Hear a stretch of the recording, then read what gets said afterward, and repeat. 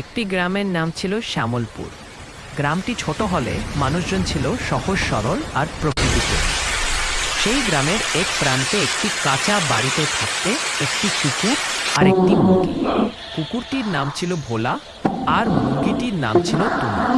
দুজনেই একে বাড়ির মানুষদের কাছে বড় হলে তাদের বন্ধুত্ব ছিল একটু অদ্ভুত।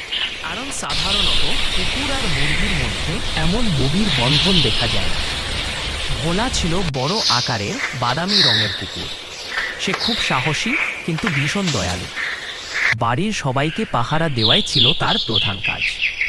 অন্যদিকে টুনি ছিল ছোটখাটো সাদা মুরগি, লাল জুটি আর চকচকে চোখ। সে সারাদিন উঠোনে ঘুরে বেড়াত, পোকামাকড় খুঁজত আর মাঝে মাঝে ডিম পাড়ত।